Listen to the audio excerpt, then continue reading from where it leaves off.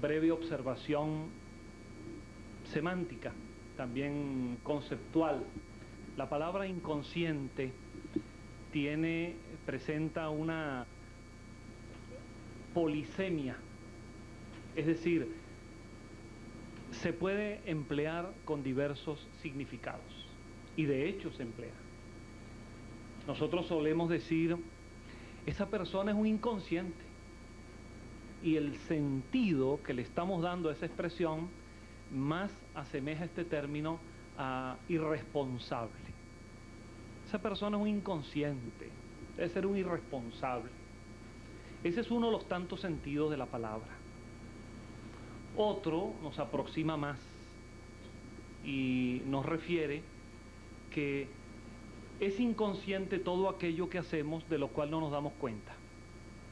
Y ya nos vincula con un sentido del automatismo, de acciones que automáticamente realizamos, aunque no sean filtradas por el tamiz de la conciencia.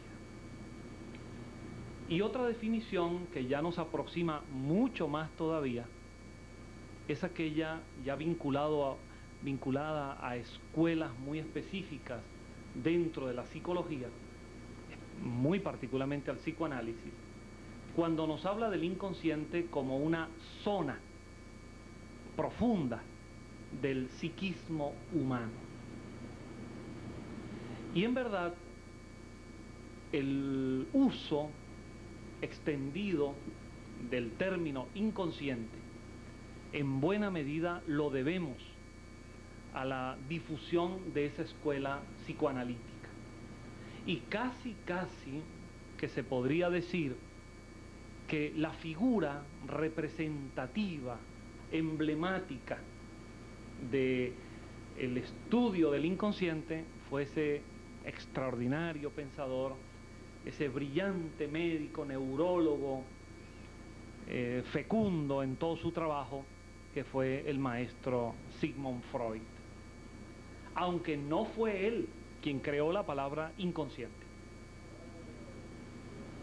No fue él quien creó ese término, mas sí fue él quien le dio su contextualidad en el campo de una visión psicológica, terapéutica, clínica del ser humano. Freud, por algunos biógrafos, ha sido llamado el Colón de la psicología. Y esto es una metáfora, porque así como el almirante genovés descubrió un mundo nuevo, al menos para los europeos era nuevo, para los que vivían aquí no lo era tanto, pero para los europeos era un continente nuevo. Del mismo modo, Freud, para los psicólogos y para los estudiosos del psiquismo humano del siglo XIX, Freud va a descubrir un continente nuevo, el mundo del inconsciente. Porque hasta la publicación en el año 1900 del libro La interpretación de los sueños, y hasta los trabajos de Freud sobre histeria e inconsciente, los estudiosos de la psicología de entonces consideraban que todo el mundo del pensamiento y del comportamiento humano se resumía en el mundo de la conciencia, del yo, del estar aquí, el saber que estamos aquí, el saber que somos, la noción temporal y espacial de ubicarnos. Y se consideraba que aquello que ya algunos asomaban como inconsciente era apenas como un residuo psíquico sin ninguna importancia. Se consideraba que aquello era como algo secundario, que si en nuestro mundo interior hay fuerzas o pulsiones o tendencias, son absolutamente insignificantes si las comparamos con el valor del ser humano desde el punto de vista de su yo consciente. Y Freud, además de descubrir la importancia y la significación del inconsciente, No solo eso, le va a dar un giro copernicano a la importancia que puede tener para cada uno de nosotros, para cada ser humano, la relación entre su nivel consciente y su nivel inconsciente. Y es por eso también que algunos biógrafos también han denominado a Freud el Copérnico de la psicología.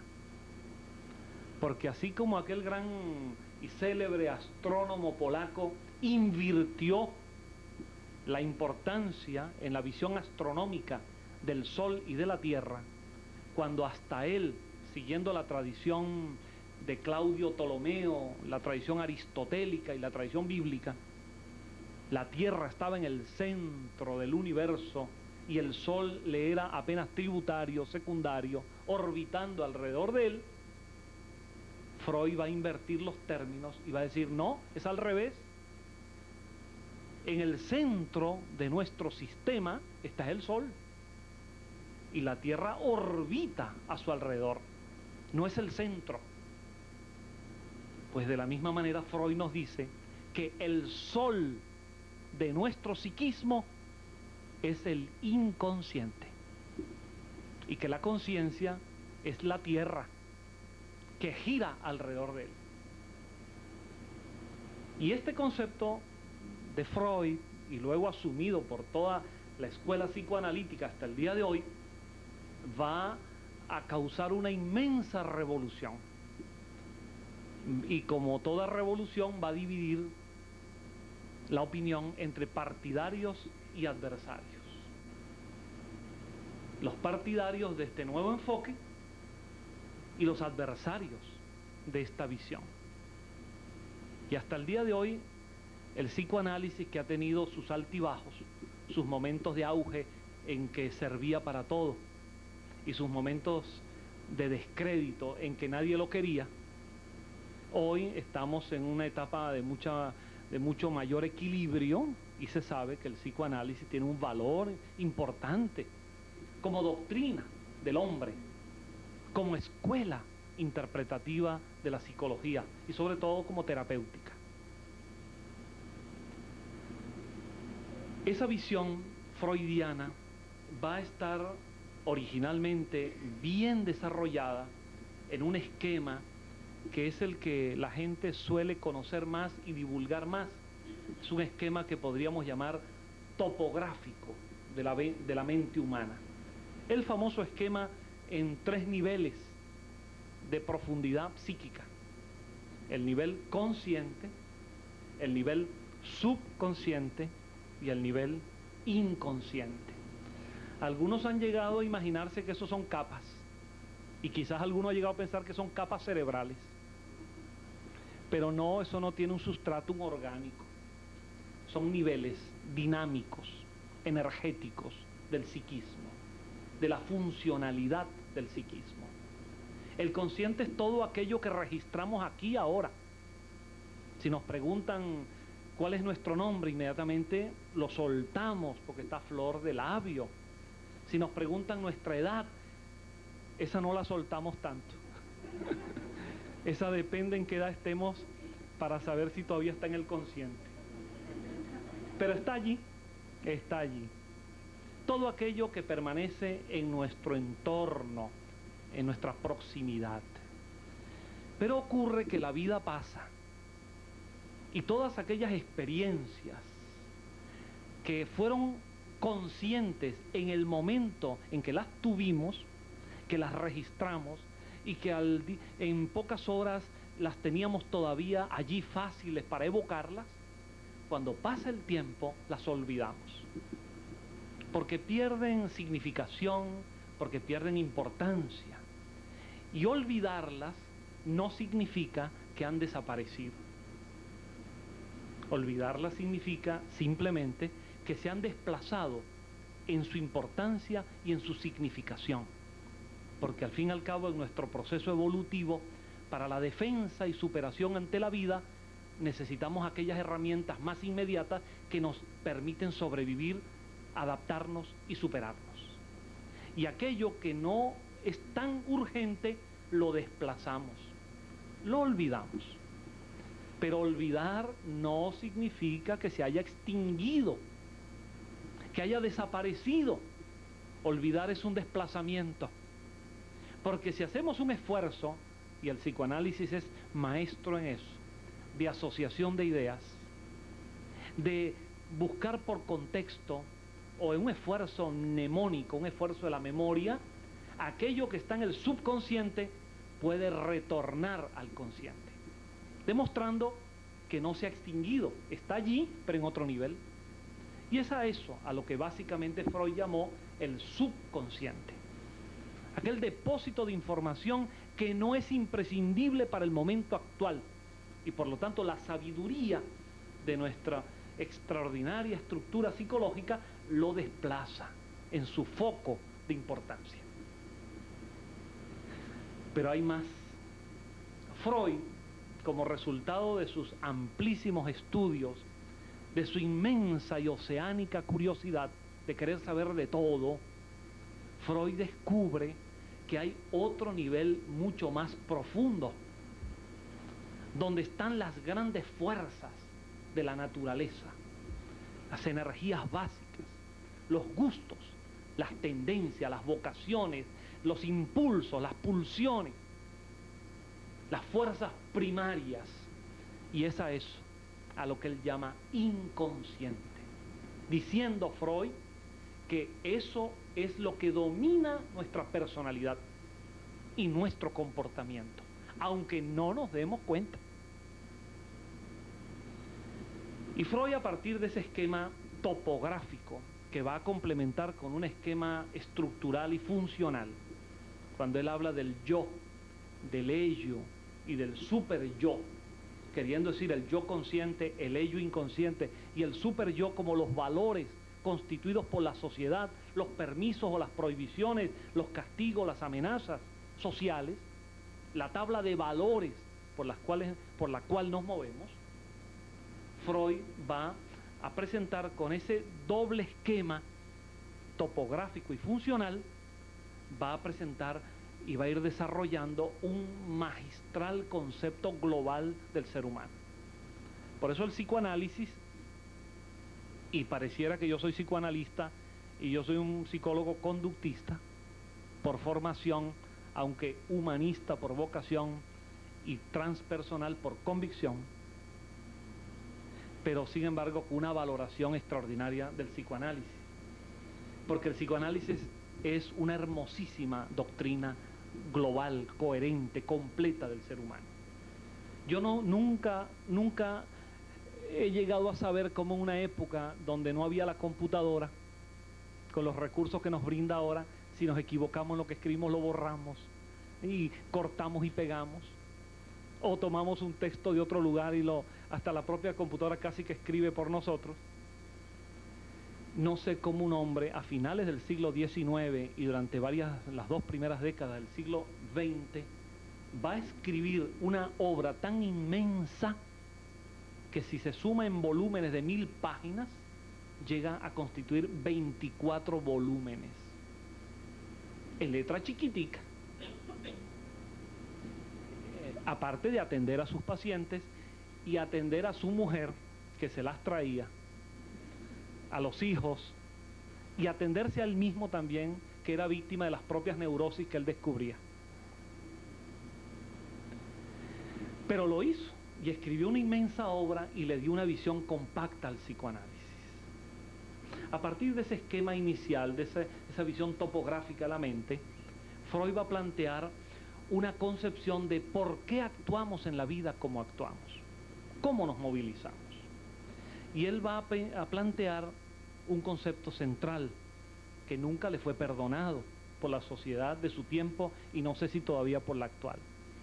Freud va a colocar el impulso de la energía sexual, que él va a categorizar como la energía de la libido, como el eje central de todo lo que nos mueve. Para Freud hay en el desarrollo psicosexual del individuo, ese desarrollo que llamamos ontogenético del ser individual, hay una serie de etapas que atravesamos, que ahora no vamos a describir, que él llamó de fase oral, fase anal, fase de latencia, fase genital. Y con esa idea, Freud lo que quería plantear es que la energía sexual o de la libido no depende del desarrollo genital. Que una cosa es la maduración de los órganos sexuales, que tienen a partir de la adolescencia una expresión de funcionalidad ya madura, pero que otra cosa es la energía sexual. Y Freud llega a decir, a cometer la herejía de decir que esa criatura dulce y angelical allí que está arrobada en el seno de su madre, en el momento en que se nutre de la leche materna, está teniendo una experiencia de placer sexual. Así mismo hicieron algunos, como acaban de hacer por aquí. Así. Así. ¿Cómo decir que esa criatura angelical, linda, inocente, ingenua, cómo darle al acto más sublime y más hermoso de la vida, que es el acto de amor de una madre que da de sí misma por su hijo? ¿Cómo decir que esa criatura experimenta placer sexual, sobre todo en una época como la victoriana de entonces, donde placer sexual era una cosa mal vista? Freud se atrevió a eso y no se lo perdonaron jamás. Los desarrollos posteriores, no solamente del psicoanálisis, sino de los estudios en general del psiquismo humano y del comportamiento humano, han demostrado que eso es verdad, que es así, que es una energía que está en nosotros, que es una energía antes que física, absolutamente psíquica, y que no solamente en los seres humanos, sino en toda la escala filogenética, en toda la escala biológica, en cada grado de la especie, eso se da también así. Y Freud, para mostrar cómo nos comportamos en muchos aspectos de la vida, a veces en forma saludable y a veces con muchas patologías, va a expresar la idea de que si esa energía sexual que ha de canalizarse oralmente, fálicamente, analmente, si no se ubica en un desarrollo adecuado, después se expresa en la conducta del adulto en forma de traumas, complejos, inhibiciones, impotencias, frustraciones diversas, hasta las neurosis y las histerias. De modo que este elemento que nace en la propia raíz del inconsciente se va a expresar en todo el comportamiento humano. Y para mostrar aún más cómo funciona el inconsciente en relación con la conciencia, Freud nos presenta una idea que sigue siendo magistral hasta nuestros días, cuando nos plantea que en la vida, en nuestras vidas, nosotros nos movilizamos dentro de un conflicto inmenso. El conflicto que él llamó entre el principio de la realidad versus el principio del placer. Y que esa lucha es el desideratum, es toda la base de nuestro comportamiento. Y que el principio del placer atiende al inconsciente y el principio de la realidad atiende a las necesidades y solicitudes y presiones del consciente. Para traducir esto en lenguaje fácil, digamos que el principio de la realidad son las normativas sociales en las cuales nos movilizamos. Desde que nosotros nacemos, nos están diciendo lo que tenemos que hacer y lo que no tenemos que hacer. Lo que podemos y lo que no podemos. Lo que está permitido y lo que puede ser sancionado. Y eso va constituyéndose en un código de normas que nos dicen por dónde tenemos que actuar. Esa es la realidad que a veces nos lleva hasta a quejarnos de por qué estamos tan limitados, o mejor dicho, reprimidos. Y el principio del placer son los gustos, las tendencias de fondo, lo que desearíamos de verdad hacer, pero que no nos dejan hacer. Y en ese conflicto se expresan, de acuerdo a la adaptación de cada persona, se expresan las diversas situaciones. Yo he contado aquí algún que otro caso para ejemplificar cómo es este conflicto. Mucha gente se acuerda, porque me lo han recordado por allí cuando hemos ido a un restaurante, del famoso ejemplo que yo puse una vez de qué pasa si se nos ocurre a ir a un lugar, a un restaurante a comer pollo. Y nos ponen allí aquel pollito en brasas. Aquí ya todos comimos, yo creo, a esta hora. Bueno, almorzamos. No hay tanto riesgo en hablar del pollo o de la comida. Y nos ponen el pollito allí en brasa con su contorno y nos entregan aquellos cubiertos, el cuchillo y el tenedor y la servilleta, porque así es como se debe comer el pollo. Pero qué terrible es comer pollo con cuchillo y con tenedor. ¿Y qué es lo que realmente, decimos del fondo del alma, pero aquí yo voy a hablar del fondo del inconsciente? ¿Qué es lo que queremos hacer? ¿Cómo es que nos gustaría entrarle a ese pollo? Así mismo, con las manos, y olvidarnos de los modales y de la etiqueta, y comer ese pollo y bueno, disfrutarlo, triturarlo y chuparnos los dedos. Pero eso está mal visto. Eso no es de buenos modales. Eso a la sociedad no le gusta. Y por lo tanto, ¿qué debemos hacer con nuestro impulso inconsciente? Reprimirlo. Ahora generalicemos esa conducta a tantas otras situaciones de la vida. ¿Cuántas veces alguien por allí en la calle quisiéramos decirle alguna palabrota, pero estamos en compañía de determinadas personas? No. Y buscamos la manera de edulcorar, de suavizar, de poner aquello dulcito para casi que decirle o insinuarle. Pero ¿qué hacemos con las ganas de decirle lo que queremos decirle? Las reprimimos, las reprimimos.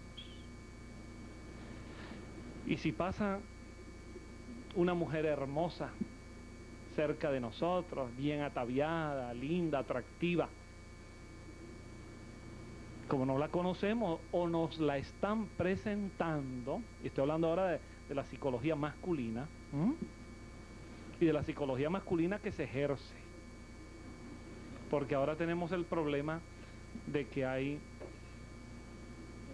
poco ejercicio de la profesión en la sociedad masculina. Entonces, ¿qué le decimos a esa dama? Mucho gusto, está usted muy elegante. Pero, ¿quién sabe si quisiéramos decirle algo más con mayor extensión? Pero eso no es aceptado socialmente. ¿Qué hacemos? Lo reprimimos. Y para ubicarnos en esta primera idea, el inconsciente es un inmenso depósito de represiones. Y Freud se dio clara cuenta de esto.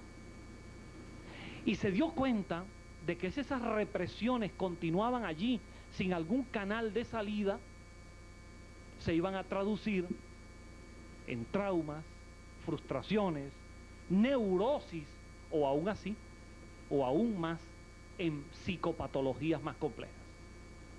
Es allí cuando Freud descubre que la sabiduría de la vida, de la naturaleza, ha encontrado para el ser humano un camino natural para la evacuación de esas represiones inconscientes. Y que ese camino es precisamente el camino de los sueños. Y que cuando dormimos y soñamos, buena parte de ese congestionamiento se libera y se drena y da posibilidades de salir para lograr el equilibrio psicológico y fisiológico de nosotros. Y por eso, obviamente, Freud le concede una vital importancia al estudio de los sueños como reveladores de los más profundos patrones del comportamiento humano. Y por ello, el estudio de los sueños es un ingrediente esencial de toda la doctrina y de toda la terapia psicoanalítica, por la importancia que tiene. Al lado de los sueños, que son mecanismos naturales, valga decir que todos soñamos. A veces uno encuentra en la consulta con pacientes que le dicen, doctor, pues que yo no sueño. No, usted sí sueña, lo que pasa es que no se acuerda.